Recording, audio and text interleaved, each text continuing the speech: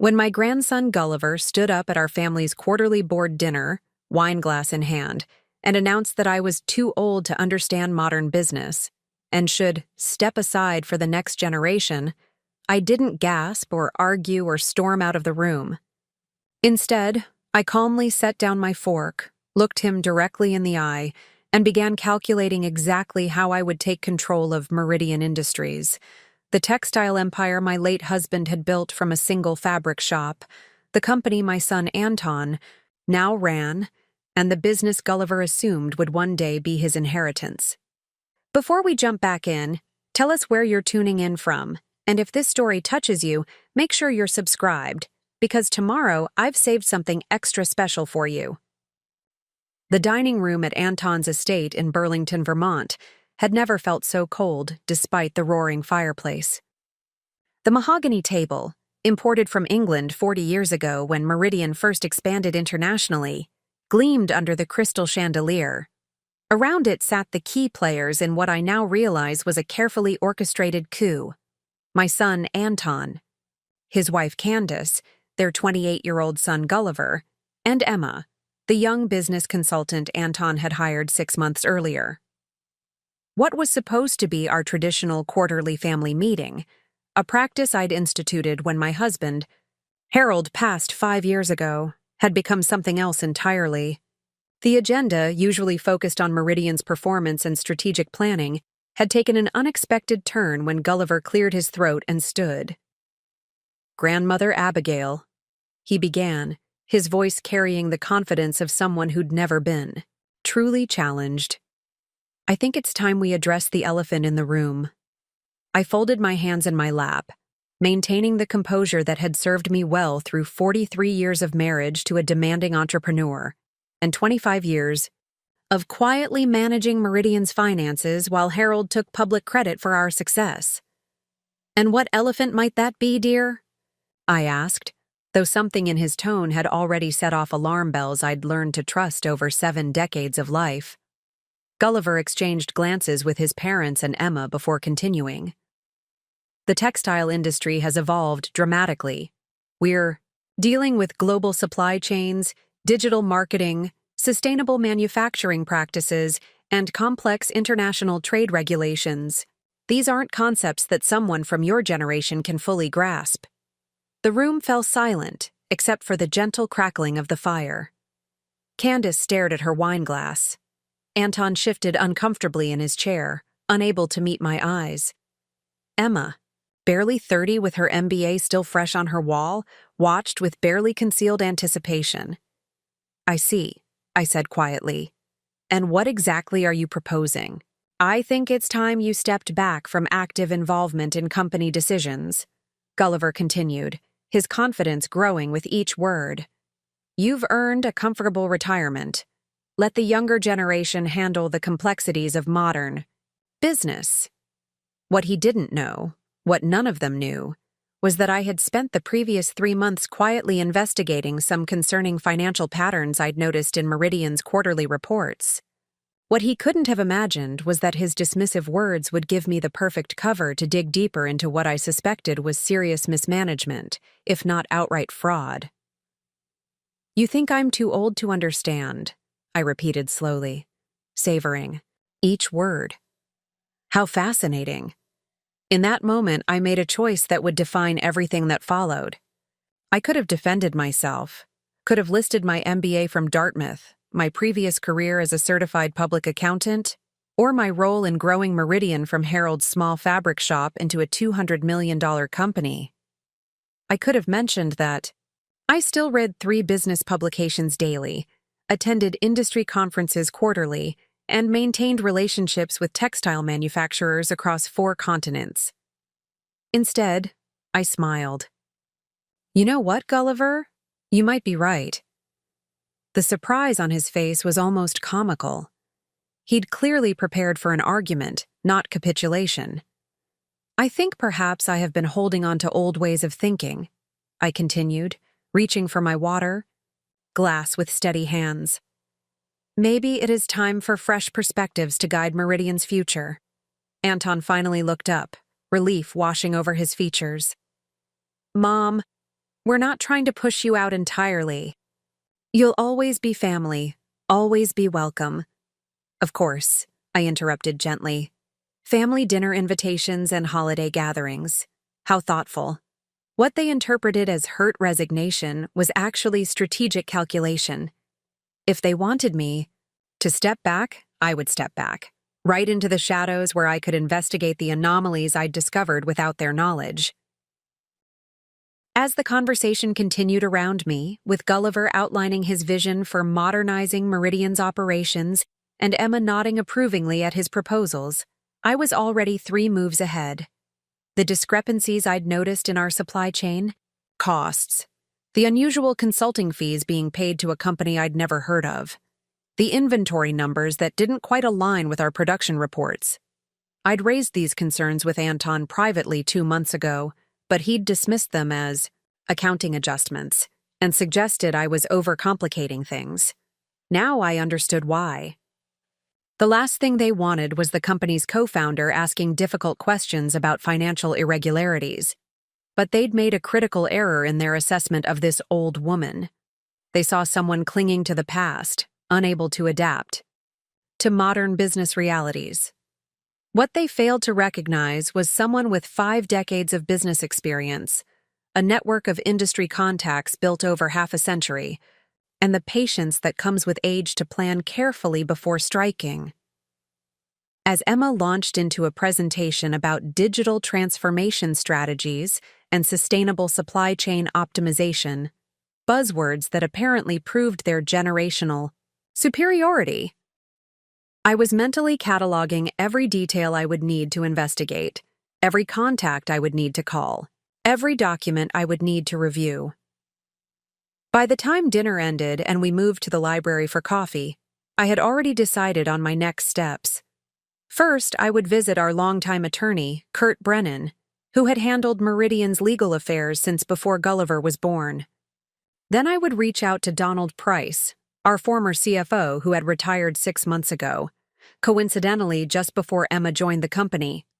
Most importantly, I would exercise the rights granted to me in Harold's will, rights that Anton and Gulliver seemed to have forgotten in their eagerness to sideline me. As co-founder and current holder of 35% of Meridian's shares, I had certain prerogatives regarding company oversight and financial transparency. They wanted me to step aside because I was too old to understand. By the time I was finished, they would discover that some lessons are only learned through decades of experience, and that underestimating someone based on their age is a mistake that costs more than money. It costs everything. As I hugged Gulliver goodbye that evening, feeling his patronizing pat on my shoulder, I wondered if he would remember this moment when he learned what his dismissive words had set in motion. Would he recall the confidence in his voice when he told his grandmother she was too old to understand modern business? I suspected he would remember it very clearly indeed. The game had begun, and they had just revealed their hand while I kept mine hidden. In business, as in life, patience and experience often trump youth and arrogance. They were about to learn that lesson in the most expensive way possible. The next morning, I sat in my study overlooking Lake Champlain, surrounded by 47 years of business records, financial statements, and correspondence that told the real story of Meridian Industries. The autumn light streaming through the windows illuminated boxes of documents that Gulliver probably assumed were just sentimental keepsakes from a bygone era. If only he knew. I met Harold Whitmore in 1977 at a textile trade show in Boston. I was 25, fresh from Dartmouth Business School, working as a junior analyst for Crane & Associates, a financial consulting firm that specialized in manufacturing companies. Harold was 32, passionate, and completely overwhelmed by the financial complexities of expanding his small fabric shop in Manchester, New Hampshire. "I know fabric," he told me over coffee in the convention center's cafe, his hands gesturing expressively as he spoke. "I understand weaving, dyeing, pattern matching. I can tell you the thread count of any material just by touch. But these loan applications, cash flow projections, inventory management systems, Preparing and narrating this story took us a lot of time, so if you are enjoying it, subscribe to our channel. It means a lot to us. Now back to the story. I might as well be reading Sanskrit. What started as a consulting relationship became something deeper within 6 months. Harold had vision and determination, but he lacked the financial acumen to turn his dreams into sustainable business growth. I provided the analytical foundation, the strategic planning, and the financial structure that would eventually transform his single shop into a regional textile powerhouse. Our partnership was genuine from the beginning. While Harold charmed customers and suppliers with his infectious enthusiasm for quality fabrics, I built the systems that would support rapid expansion. I negotiated our first major loan with First National Bank of Vermont.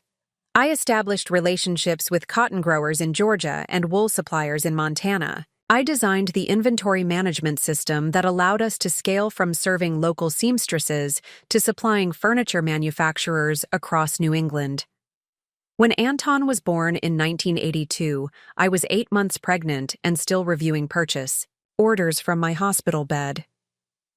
Harold used to joke that our son's first sounds weren't crying, but the clicking of my calculator.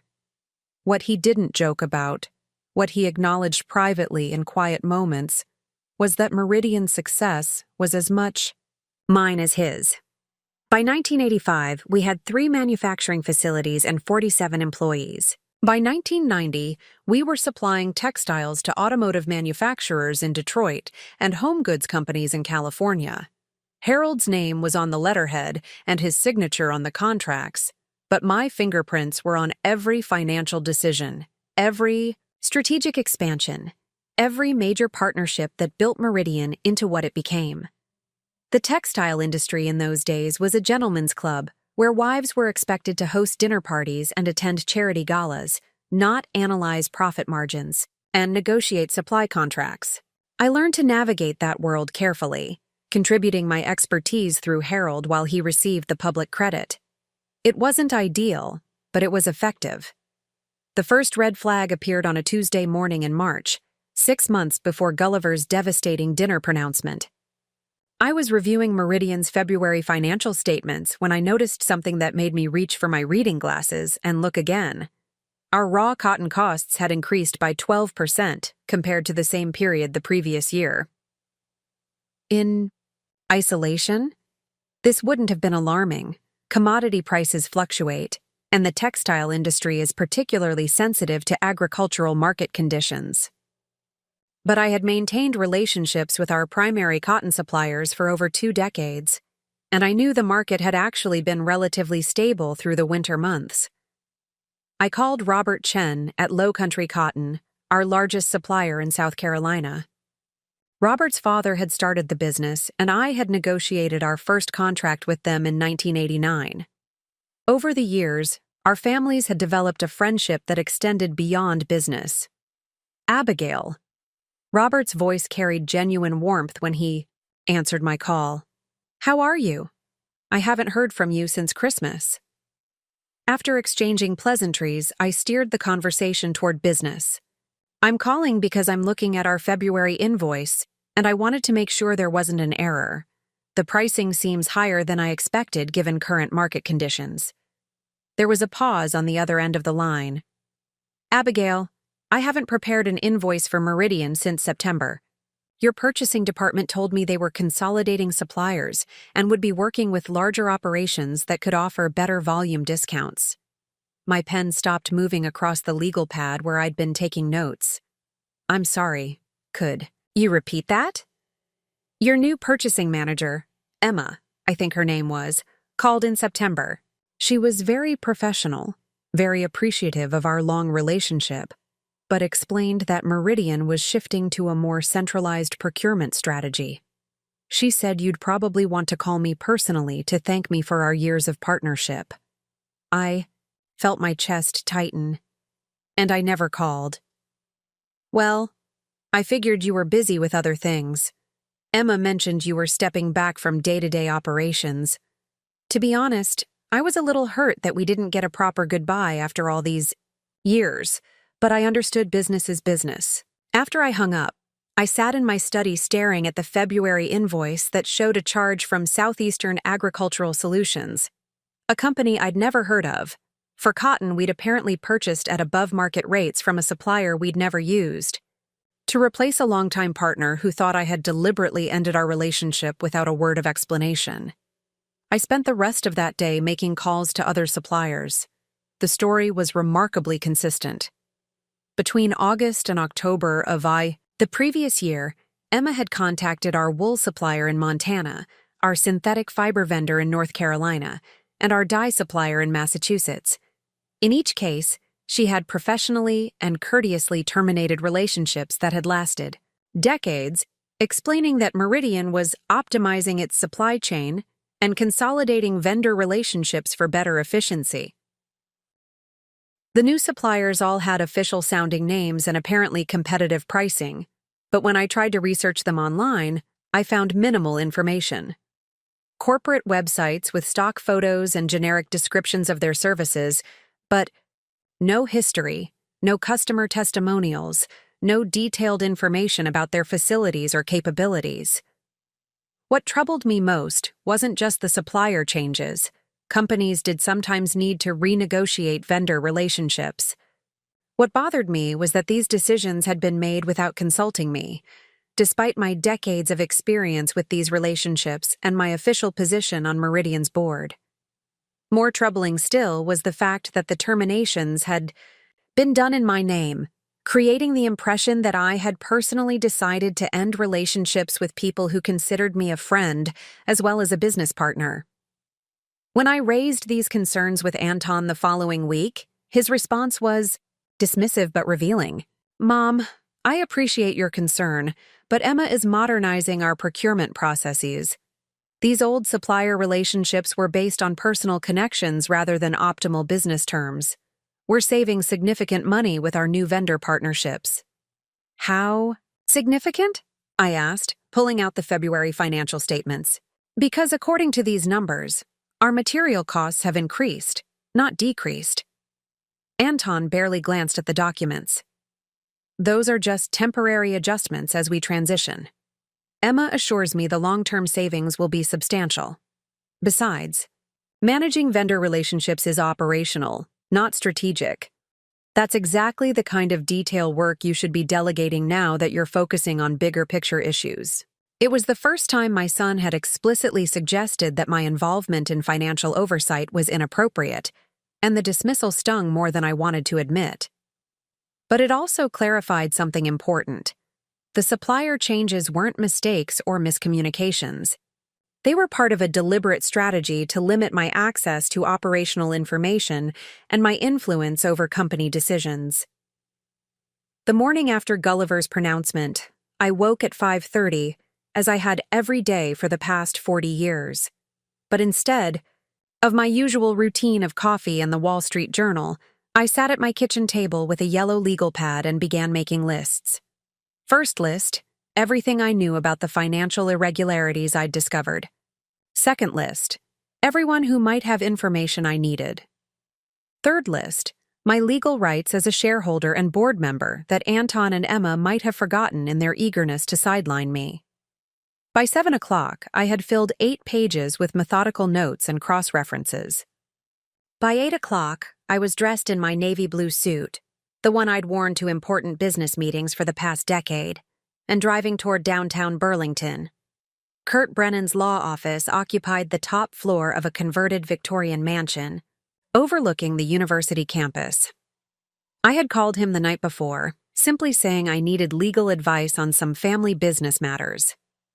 Kurt had known Harold and me for over 25 years, had drafted our wills, handled the company's incorporation papers, and managed the legal details when we'd acquired our manufacturing facilities. "Abigail," he said, rising from his desk, as his secretary showed me in. "You look troubled. What's happened?" I spent the next hour walking Kurt through everything: the supplier changes, the restricted database access, Emma's campaign to isolate me from industry contacts, and finally, Gulliver's dinner announcement. Kurt took notes in his precise handwriting, occasionally asking clarifying questions, but mostly listening with the kind of focused attention that made him an excellent attorney. When I finished, he set down his pen and looked at me directly. Abigail, what you're describing sounds like a coordinated effort to marginalize your influence in preparation for something. The question is what? What do you mean? In my experience, this kind of systematic isolation usually precedes a major decision that the people in control know you would oppose. They want to limit your ability to gather information, influence other shareholders, or mobilize opposition. Kurt opened a thick file cabinet and pulled out a folder labeled Meridian Industries, Corporate Documents. Inside were copies of our Articles of Incorporation, bylaws, shareholder agreements, and Harold's will. Let's review your position, he said, spreading the documents across his desk. You own 35% of Meridian's shares, inherited from Harold. Anton owns 40%. The remaining 25% is held by the employee stock ownership plan that you and Harold established in 1998. As a shareholder with more than 25% ownership, you have significant rights under Vermont corporate law, Kurt continued. You can demand access to all corporate records, including detailed financial statements, contracts, and correspondence. You can request independent audits. You can call special shareholder meetings. Something in Kurt's tone made me look up sharply. Why would you mention selling the company? Because that's often what this kind of preparatory isolation leads to. If someone wanted to sell Meridian or merge it with another company, they'd need your agreement as a major shareholder. But if they could demonstrate that you were no longer competent to make such decisions, if they could establish a pattern of you voluntarily stepping back due to age or confusion, they might be able to argue that your opposition wasn't credible. The implications hit me like cold water. You think they're planning to sell Meridian? Kurt pulled out another document, Harold's will. There's something else you should remember. Harold included a provision that if you ever felt Anton was mismanaging the company, you could request an independent audit by a certified public accounting firm. The cost would be borne by the company, and the results would be shared with all shareholders. I had forgotten about that clause. Harold had insisted on it during our estate planning discussions, over my protests that it would never be necessary. And I can trigger this audit without Anton's permission? According to the shareholder agreement, yes, you need to make a formal, written request citing specific concerns about financial management. Anton can object, but if you persist, the audit goes forward. For the first time since Gulliver's dinner announcement, I felt a sense of control returning.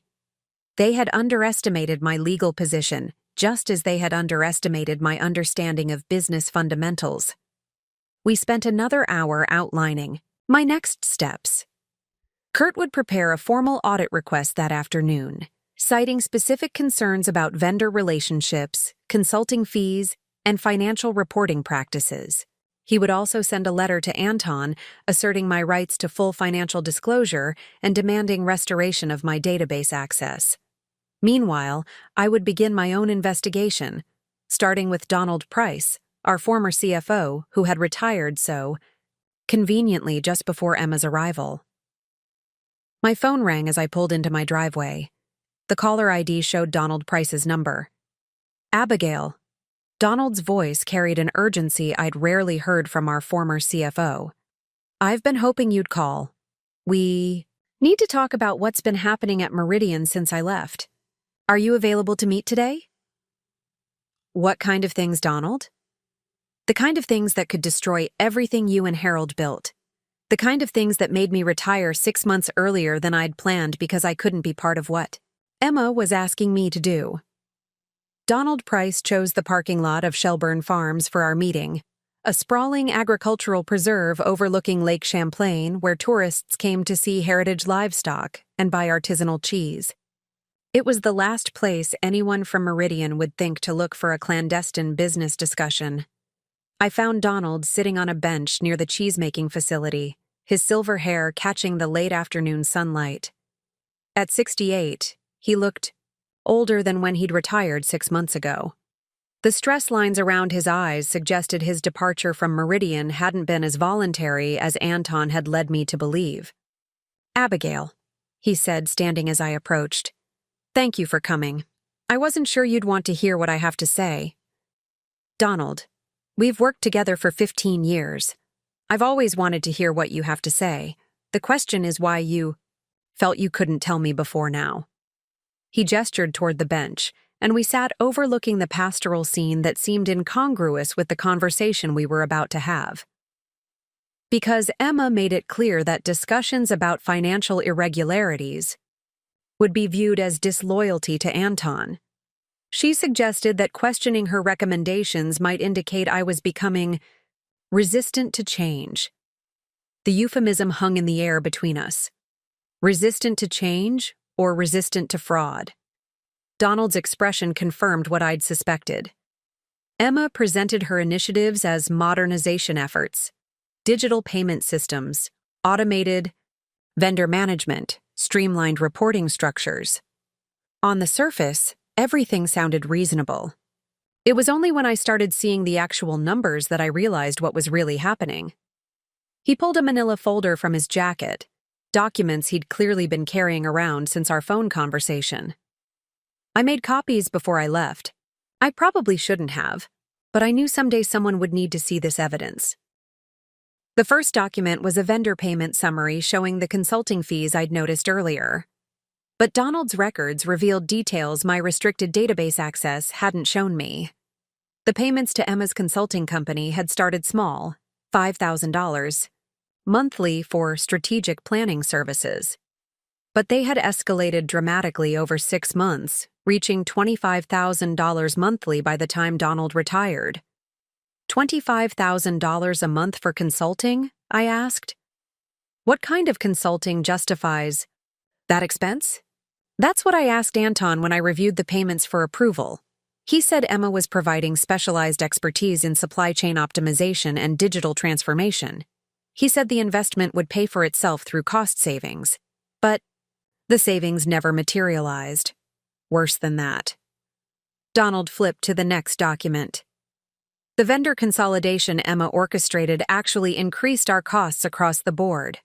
We went from paying competitive rates to longtime suppliers to paying premium prices to companies with no track record in our industry. The numbers were staggering. Cotton costs up 18%, wool costs up 22%, synthetic materials up 15%. Even basic supplies like thread and buttons were costing significantly more than our historical averages. How? Is this possible? Anton must have seen these numbers. Anton saw the summaries Emma prepared for him. She was very skilled at presenting information in ways that obscured the true impact.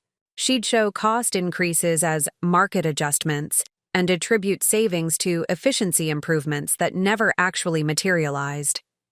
Donald showed me a side-by-side comparison of the detailed financial reports he used to prepare versus the simplified summaries Emma had introduced.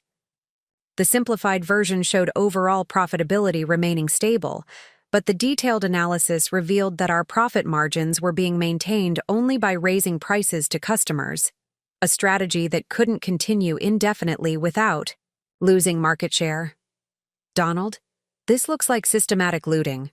Why didn't you confront Anton directly?" I tried. 3 months before I retired, I requested a private meeting with Anton to discuss my concerns. I brought detailed analysis showing how the vendor changes were impacting our bottom line. Anton listened politely, then said he'd discuss it with Emma and get back to me. And did he? Emma requested a meeting with me the next day. She was very professional, very understanding of my concerns.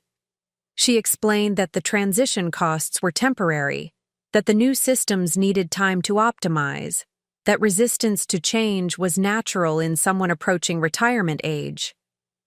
The phrase echoed uncomfortably with Gulliver's dinner speech. She suggested your concerns were age-related? She never said it directly, but the implication was clear. She mentioned that digital business practices can be challenging for people who learned their skills before computers became central to financial management. She suggested that perhaps the detailed analysis I was doing was no longer necessary, given the sophisticated reporting tools the new systems provided. Donald's expression darkened. The final straw came when I discovered the Apex manufacturing contract.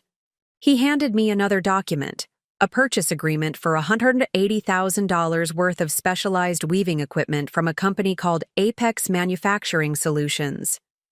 The equipment was supposedly being leased for a pilot program to test advanced production techniques. I'd never heard of this contract, I said, scanning the terms. Was this approved through normal channels? That's what I asked Anton.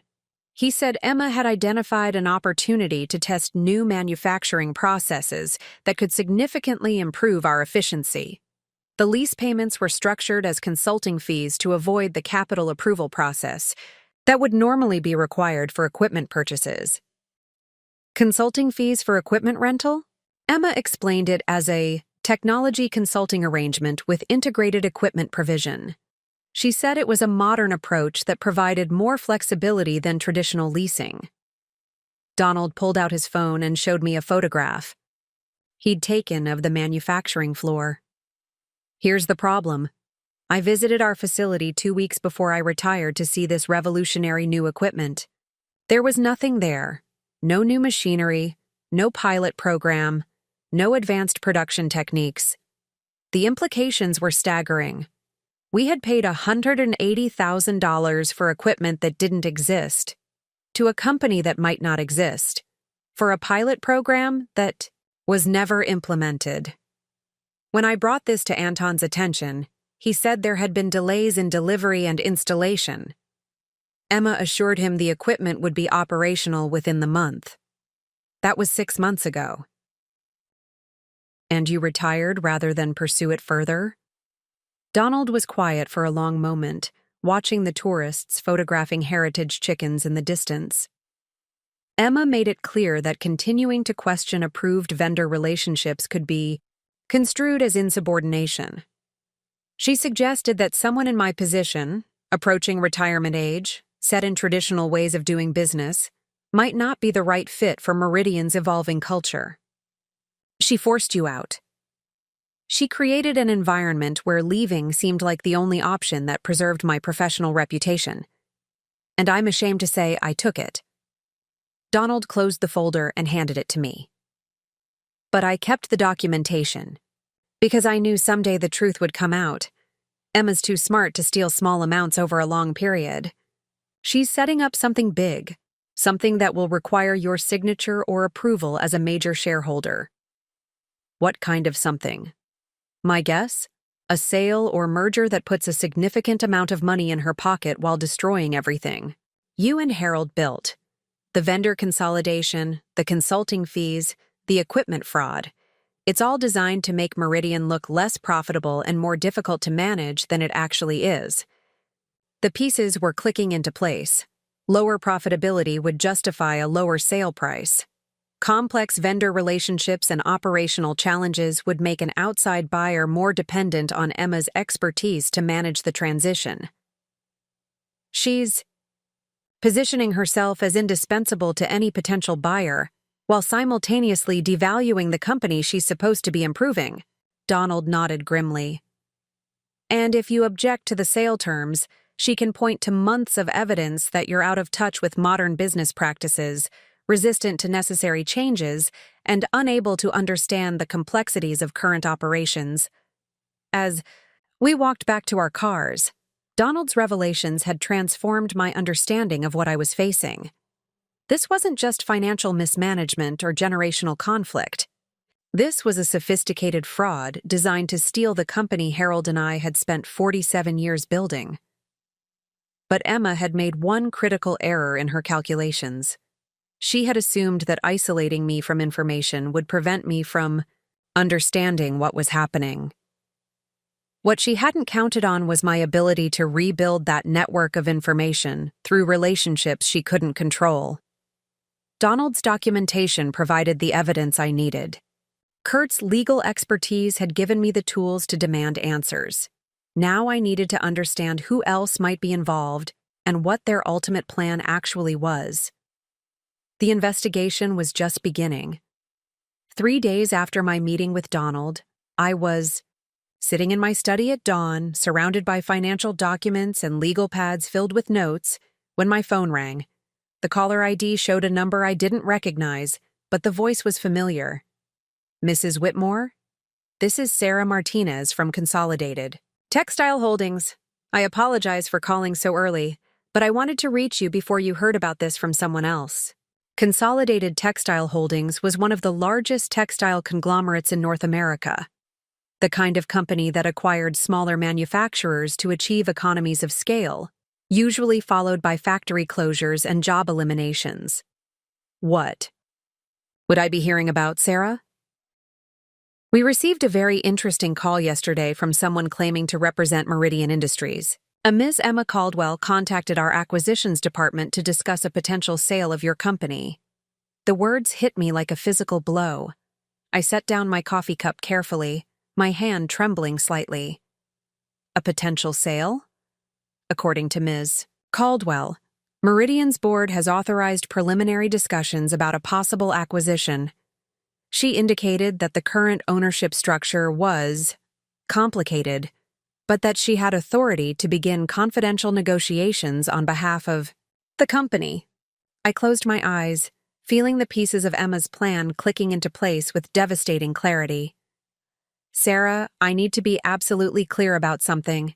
Meridian Industries is not for sale. No one has authorized Emma Caldwell or anyone else to discuss acquisition possibilities. There was a pause on the other end of the line. Mrs. Whitmore, I was afraid you might say that. Ms. Caldwell presented herself as having full authorization to explore strategic alternatives. She provided detailed financial information and suggested that certain shareholders were resistant to necessary modernization, but that their concerns could be managed. What kind of financial information? Comprehensive data on your operations, customer relationships, and profitability trends. She also provided analysis suggesting that Meridian was struggling with operational inefficiencies and would benefit from integration with a larger organization that could provide modern management systems. The audacity was breathtaking.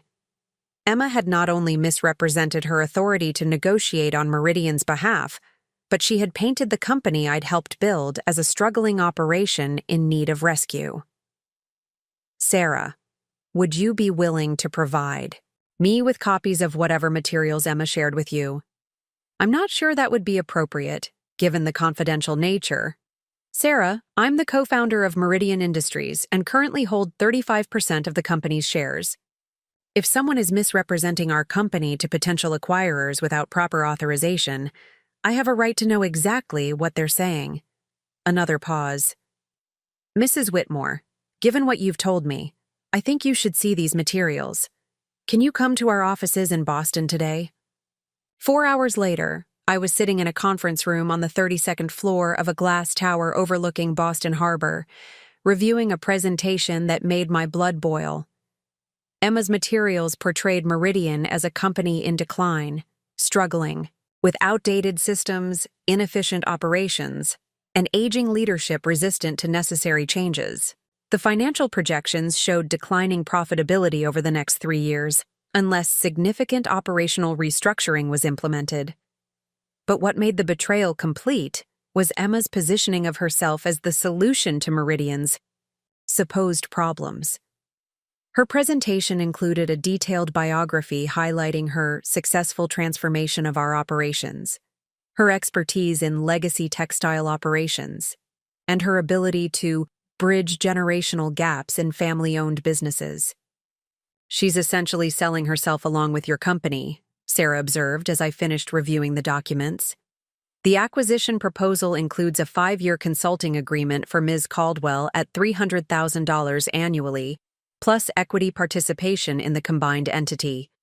Emma wasn't just stealing Meridian, she was ensuring she would profit handsomely from its destruction.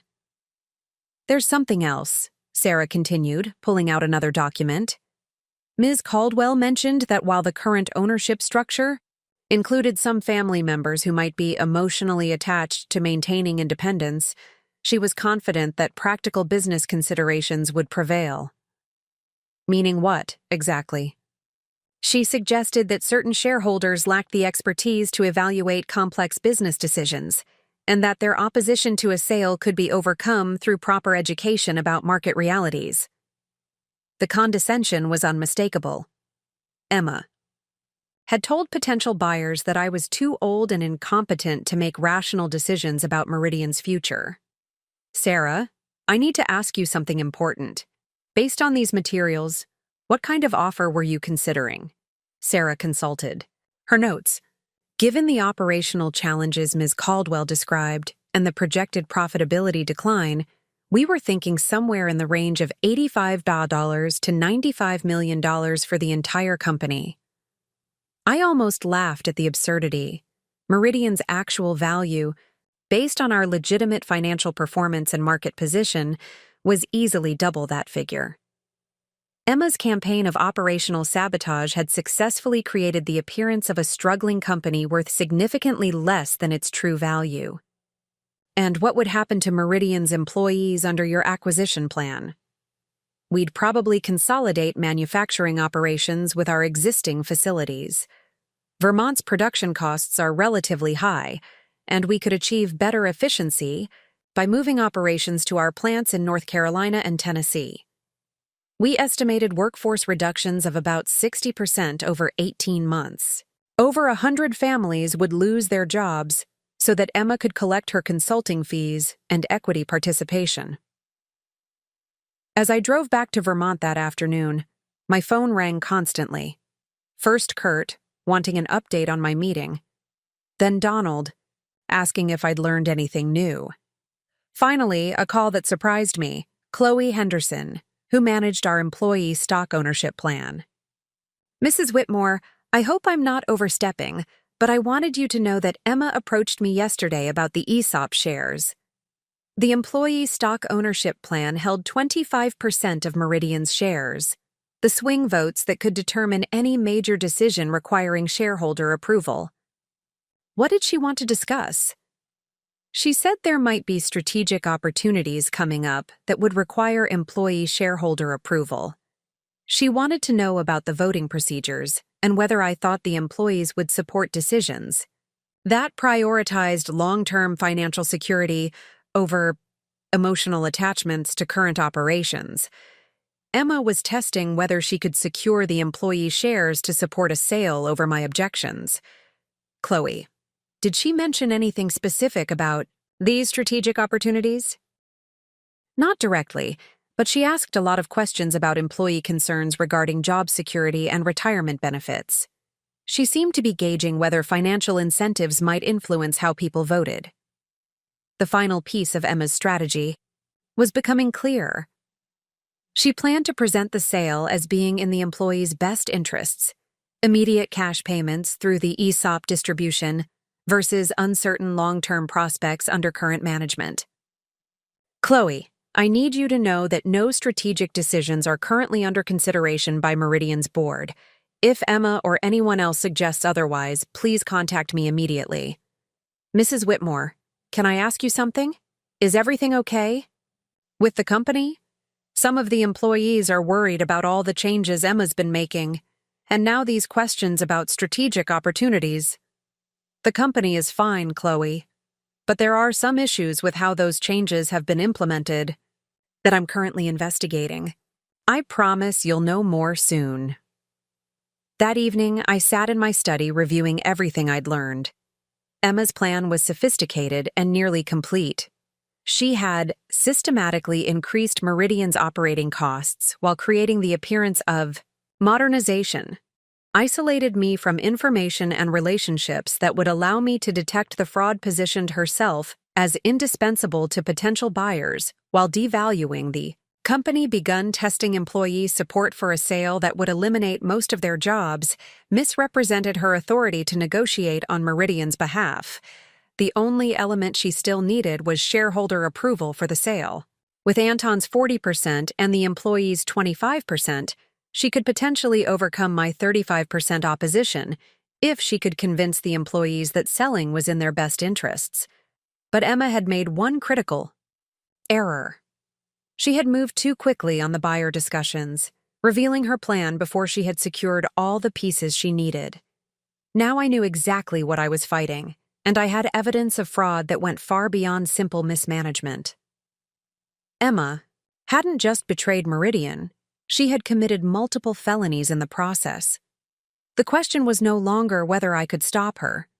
The question was whether I could do it in time to save the company and protect the jobs of people who had worked faithfully for decades, trusting that their loyalty would be rewarded with security rather than betrayal. The real fight was about to begin.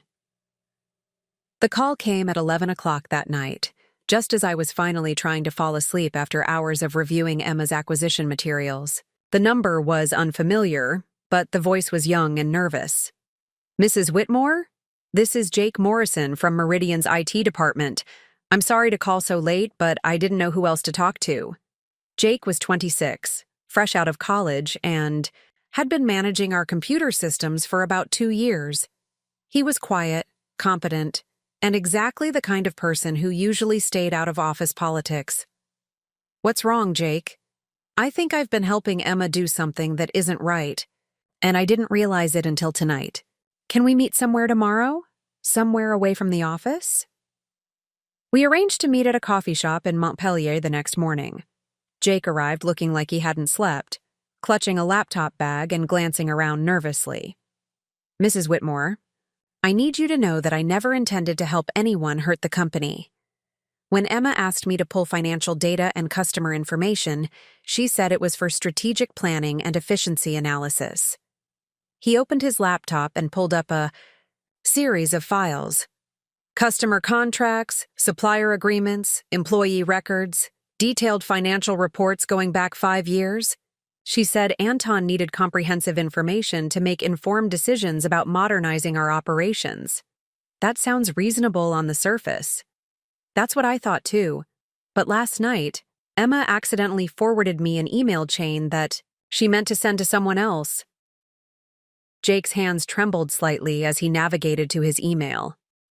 This is what she sent to a company called Strategic Business Solutions. The email made my blood run cold. Emma was providing detailed intelligence about Meridian's operations to what appeared to be a consulting firm that specialized in corporate restructuring and acquisition facilitation.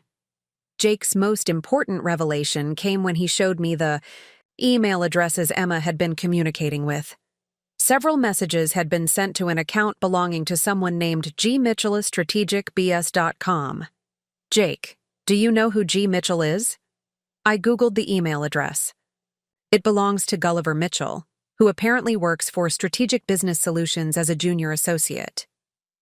The betrayal was complete. My own grandson wasn't just dismissing me as too old to understand modern business. He was actively participating in the theft of the company his grandfather had built. "Mrs. Whitmore, there's one more thing. Yesterday, Emma asked me to create a presentation showing how much money each employee would receive if the ESOP shares were liquidated as part of a company sale. She wanted individual calculations for all 200 employees. Emma was preparing to buy the employee votes with projections of immediate cash payments that would seem attractive compared to uncertain long-term employment. "Jake, I need to ask you something important. Are you willing to testify about what Emma has been asking you to do? This could become a legal matter." Jake nodded firmly. "Mrs. Whitmore, my dad worked in manufacturing his whole life. I know what it means when companies get sold to corporations that only care about profit margins. These people trust me with their personal information, and I've been helping someone use it against them. I want to make this right." The emergency board meeting I called for the following Friday had all the warmth of a wake. I'd sent formal notice to all shareholders as required by Vermont corporate law, citing urgent matters requiring immediate attention regarding financial irregularities and unauthorized disclosure of confidential company information. Anton arrived. First, his expression a mixture of confusion and irritation. "Mom, what's this about?" Emma said you've been making some concerning accusations without discussing them with me first. We'll discuss everything when all board members are present, I replied calmly, arranging documents at the head of the conference table, a position I hadn't occupied since Harold's funeral. Emma entered 5 minutes later with Gulliver at her side. The sight of my grandson walking into a Meridian board meeting as if he belonged there crystallized everything I'd learned about their conspiracy. "Grandmother," Gulliver said with forced warmth, "I hope we can resolve whatever misunderstanding has prompted this meeting. Emma's been very concerned about some of the questions you've been asking." "I'm sure she has," I replied, meeting his eyes directly. "Please, both of you, take a seat." Chloe Henderson arrived representing the employee shareholders, looking nervous, but determined. Kurt Brennan had positioned himself as corporate counsel, his briefcase thick with legal documents. The only person missing was Donald Price, who I'd asked Kurt to invite as a witness. "Before we begin," I announced, once everyone was seated, "I want to introduce Jake Morrison from our IT department. He has important information relevant to today's discussion."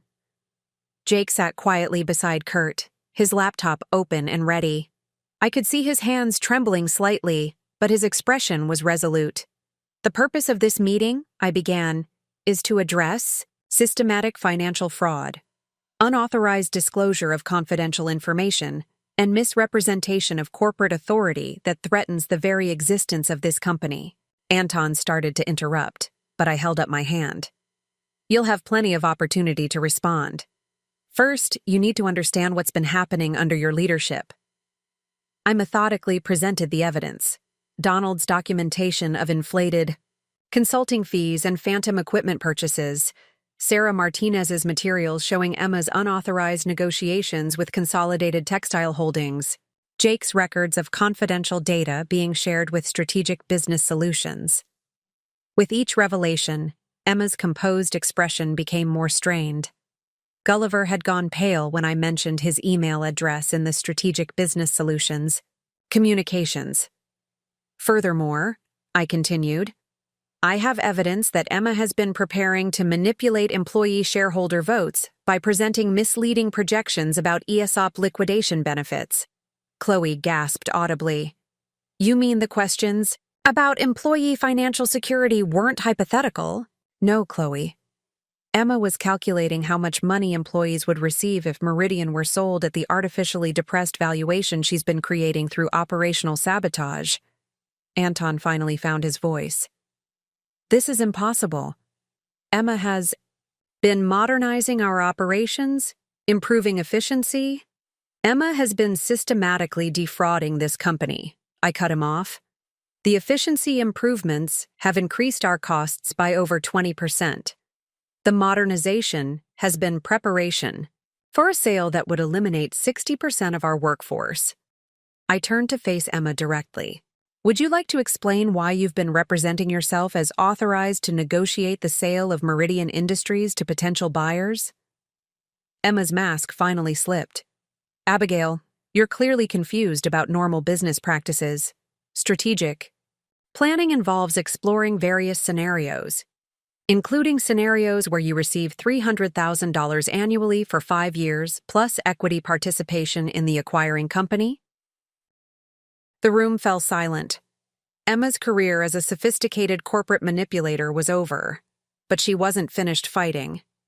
"What I've done," she said, her voice turning cold, "is try to save this company from the inevitable decline that results from aging leadership unable to adapt to modern market realities. Sometimes difficult decisions require people with the courage to make them."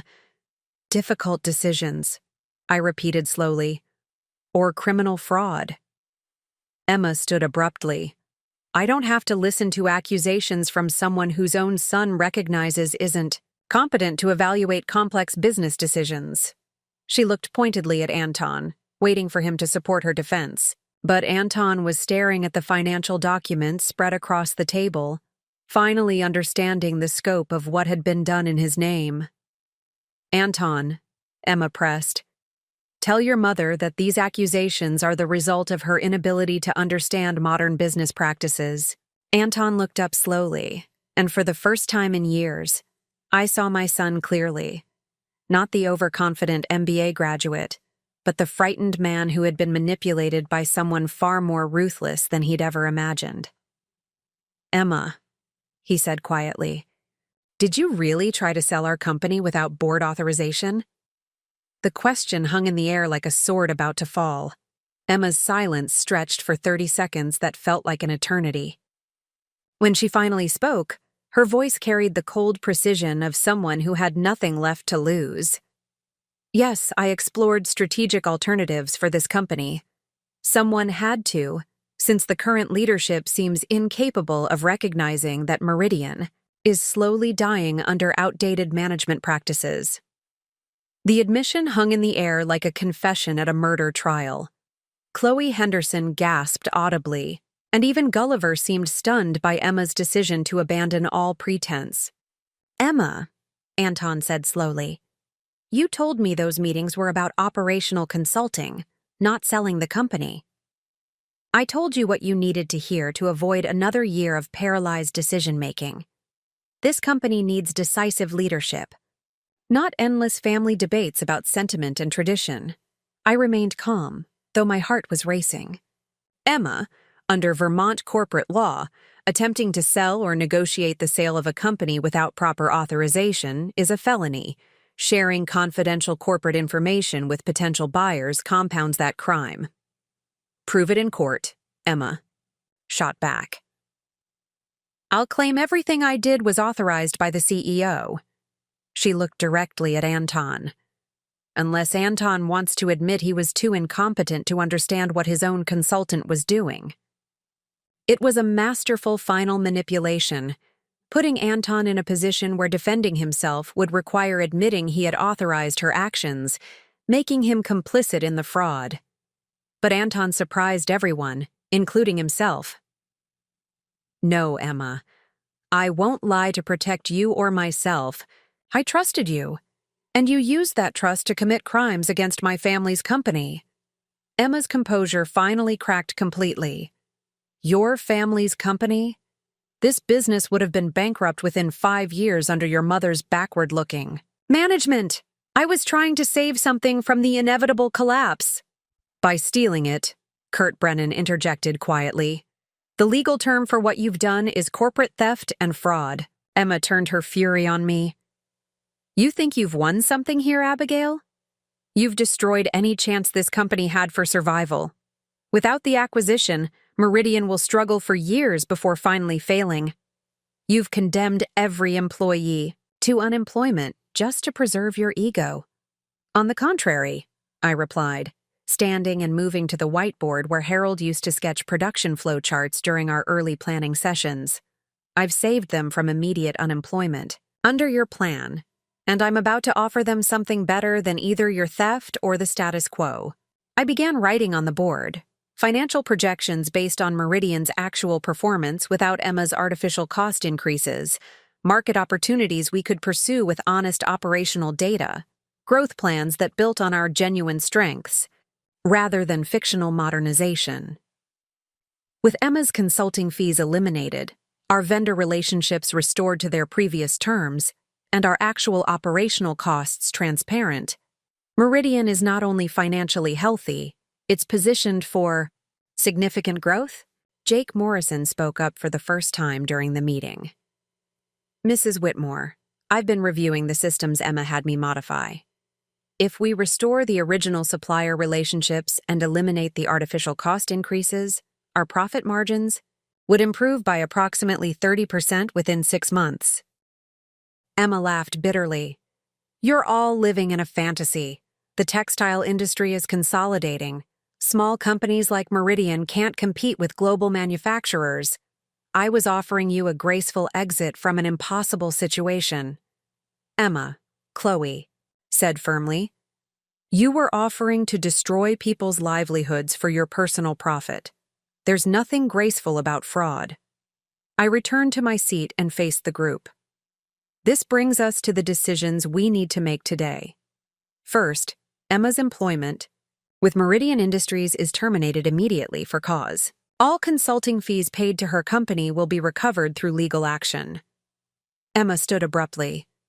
You can't fire me. Only the CEO has that authority.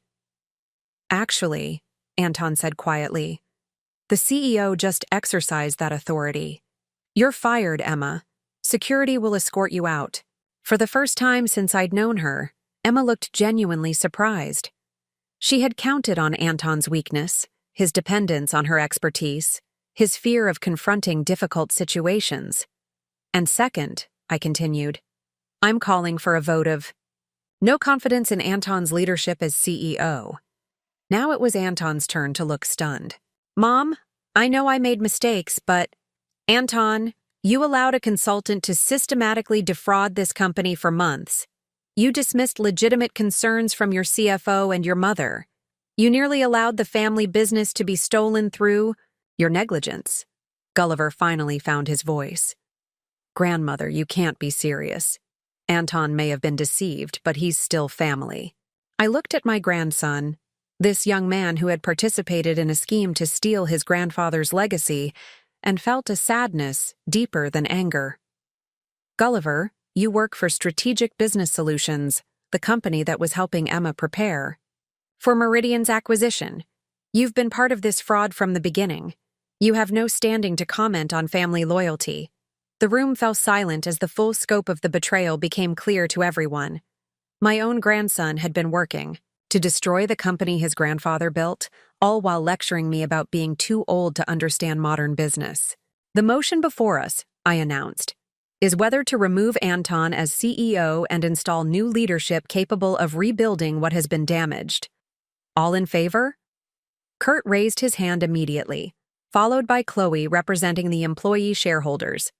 After a long moment, even Anton raised his hand.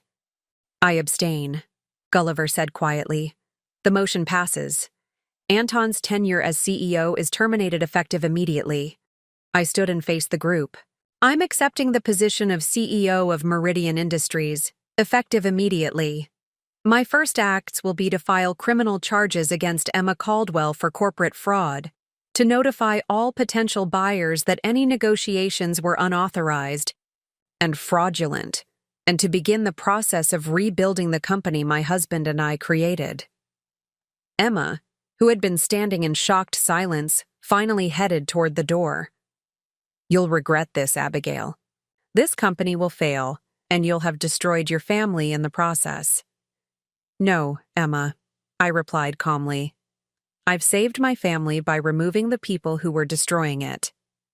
As Emma left the conference room for the last time, followed by security, I felt a weight lifting that I hadn't even realized I'd been carrying. The public reckoning was complete, but the real work of rebuilding was just beginning.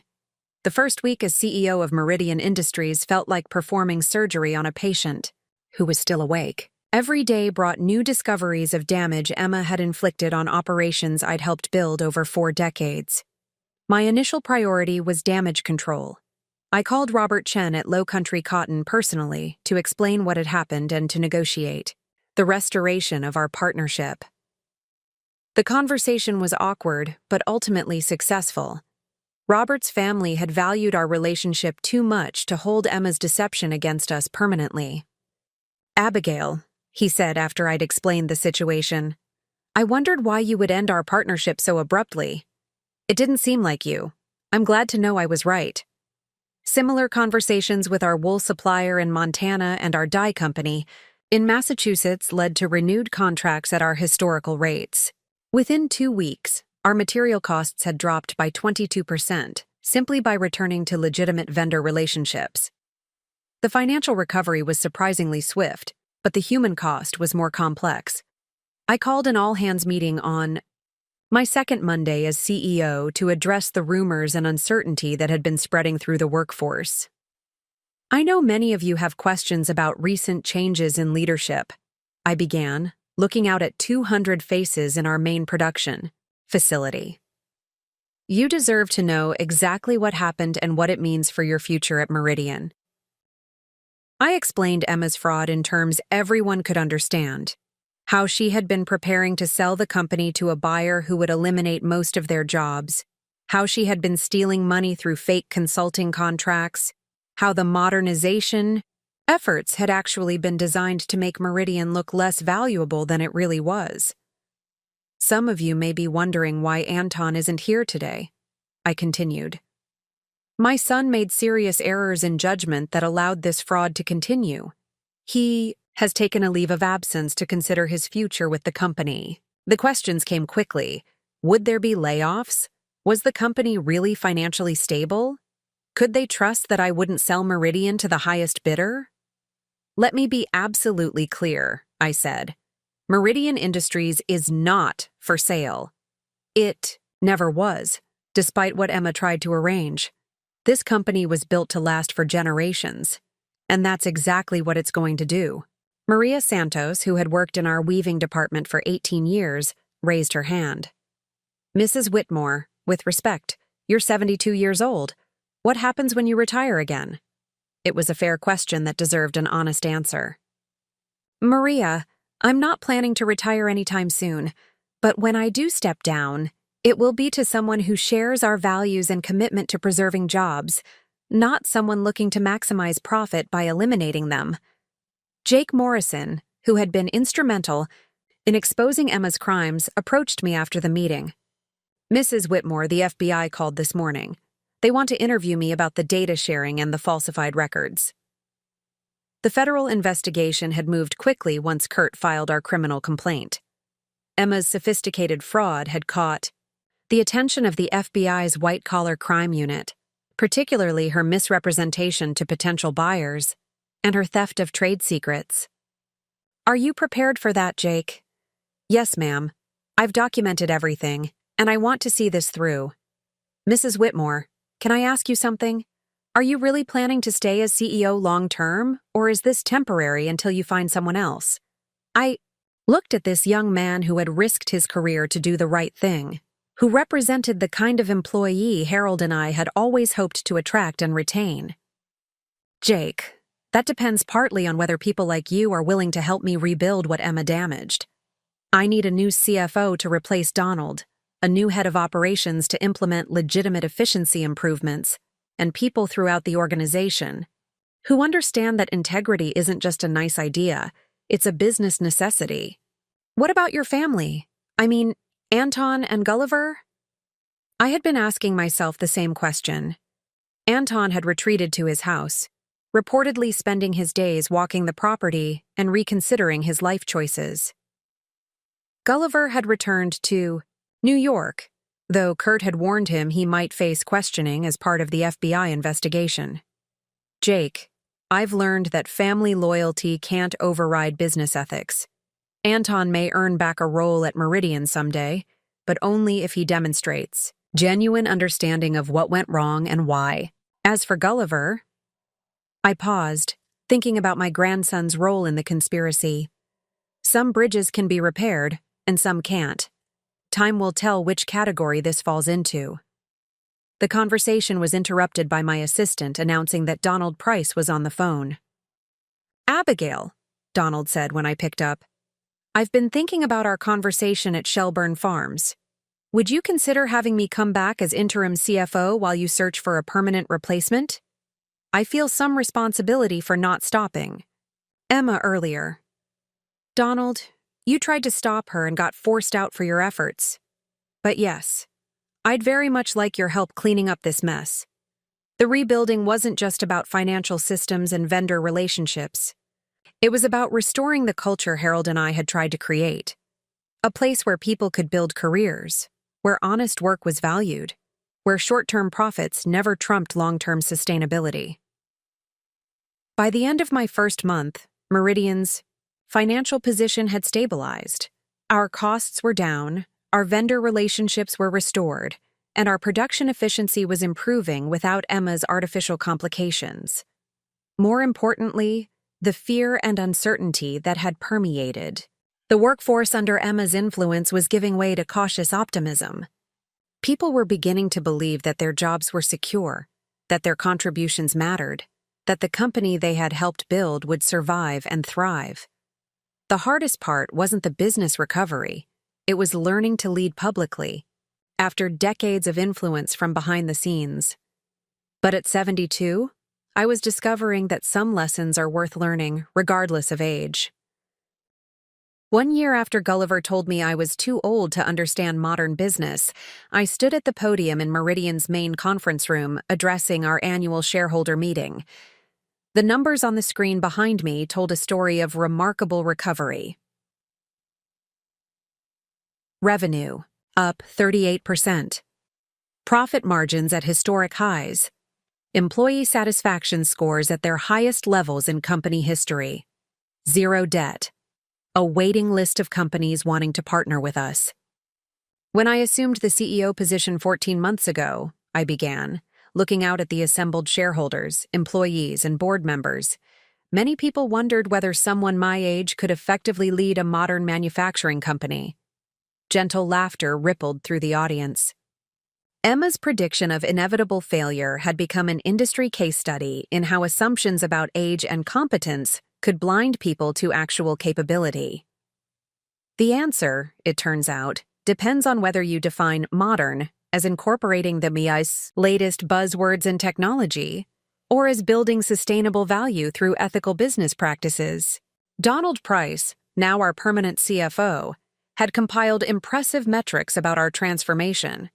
We had restored relationships with 17 long-term suppliers, implemented genuine efficiency improvements that saved money without cutting corners, and developed 3 new product lines based on actual market research rather than consultant recommendations.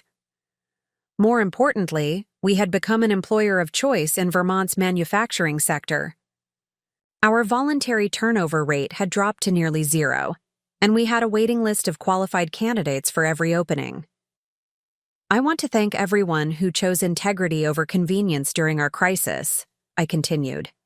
Jake Morrison, whose courage in reporting fraud helped save this company. Chloe Henderson, who protected employee interests when others tried to manipulate them. Donald Price, who returned from retirement to help rebuild what had been damaged. The applause was genuine and sustained.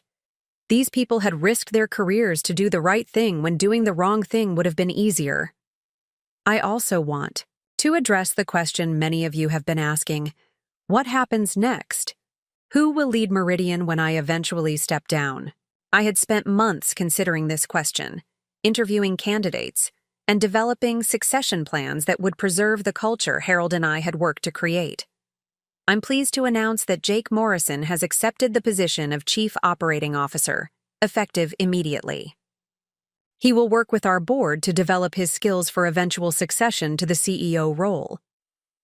Jake, now 27 and remarkably poised for someone so young, stood and acknowledged the applause. His transformation from nervous IT manager to confident executive had been one of the most satisfying aspects of the rebuilding process. Some people believe that family businesses should always be led by family members, I continued. I believe they should be led by people who understand that business success means nothing without personal integrity. The unspoken reference to Anton and Gulliver was clear to everyone in the room. Anton had started his own consulting firm, apparently having learned valuable lessons about leadership through failure. Gulliver had left Strategic Business Solutions and was working at a nonprofit in Boston, though we rarely spoke. Harold always said that a company's true value isn't measured in quarterly earnings, but in whether it makes the world a little better than it found it. By that measure, Meridian Industries has never been more valuable. As the meeting concluded, and people filed out, I felt a deep satisfaction that had nothing to do with financial metrics. We had proven that integrity wasn't just morally right, it was good business. Emma Caldwell was serving 18 months in federal prison for corporate fraud and theft of trade secrets. The judge had noted that her sophisticated scheme and abuse of trust warranted a significant sentence despite being a first offender. The textile industry had taken notice of our turnaround. 3 competitors had approached us about partnership opportunities, and 2 business schools had requested permission to write case studies about our recovery. But the real victory was simpler. 200 families had secure jobs at a company that valued their contributions, treated them fairly, and planned for the long term rather than the next quarter's earnings. At 73, I had never felt more capable or more certain of my purpose. Age, I had learned, was just a number. Wisdom, integrity, and determination were timeless. That evening, I sat in my study overlooking Lake Champlain, the same room where I had first planned my investigation into Emma's fraud. The autumn light filtered through the windows just as it had that morning when Gulliver's dismissive words had changed everything. On my desk lay the framed photograph Harold and I had taken at Meridian's 10th anniversary celebration. Two people who believed they were building something that would last. We had no idea then that our greatest threat wouldn't come from market, competition, or economic downturns, but from our own family's willingness to sacrifice integrity for immediate gain.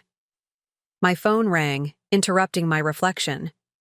The caller ID showed Anton's number, the first time he had contacted me in 6 months. "Mom?" His voice carried a humility I hadn't heard since he was a child. "I saw the news coverage of your shareholder meeting. The company's performance is remarkable. It's what Meridian was always capable of achieving without artificial obstacles," I replied carefully. "I know. I also know that I'm responsible for nearly destroying everything you and Dad built.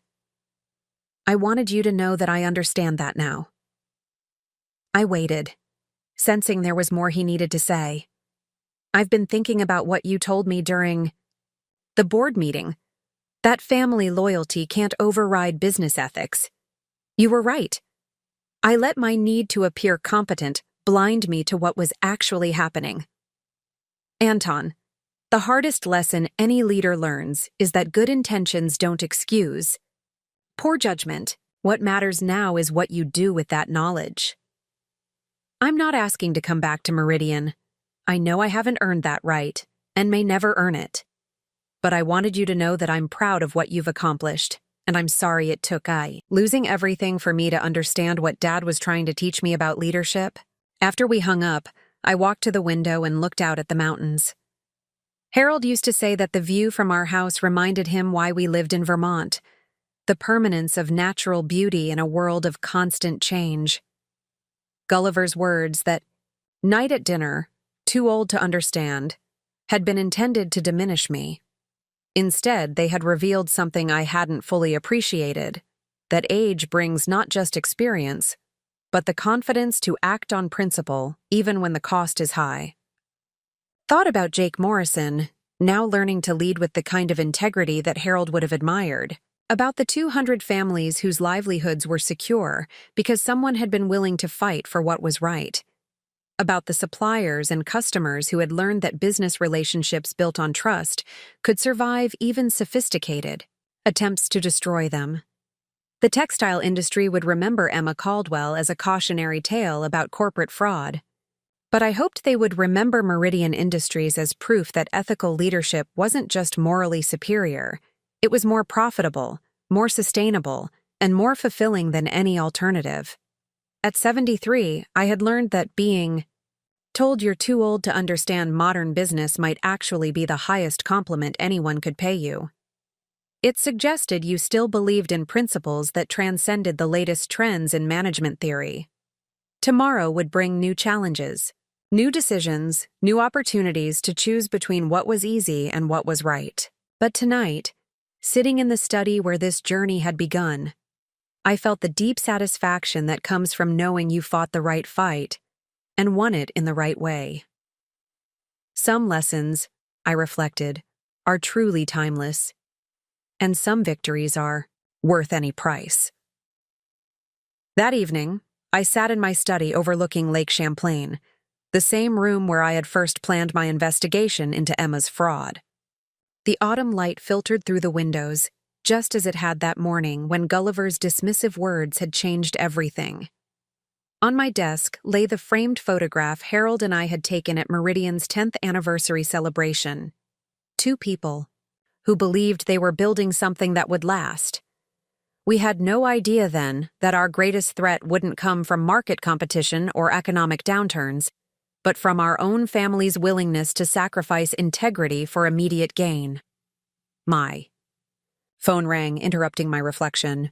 The caller ID showed Anton's number, the first time he had contacted me in 6 months. "Mom?" His voice carried a humility I hadn't heard since he was a child. "I saw the news coverage of your shareholder meeting. The company's performance is remarkable. It's what Meridian was always capable of achieving without artificial obstacles," I replied carefully. "I know. I also know that I'm responsible for nearly destroying everything you and Dad built. I wanted you to know that I understand that now." I waited, sensing there was more he needed to say. "I've been thinking about what you told me during the board meeting. That family loyalty can't override business ethics. You were right. I let my need to appear competent blind me to what was actually happening."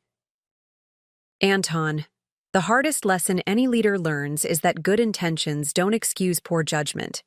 What matters now is what you do with that knowledge.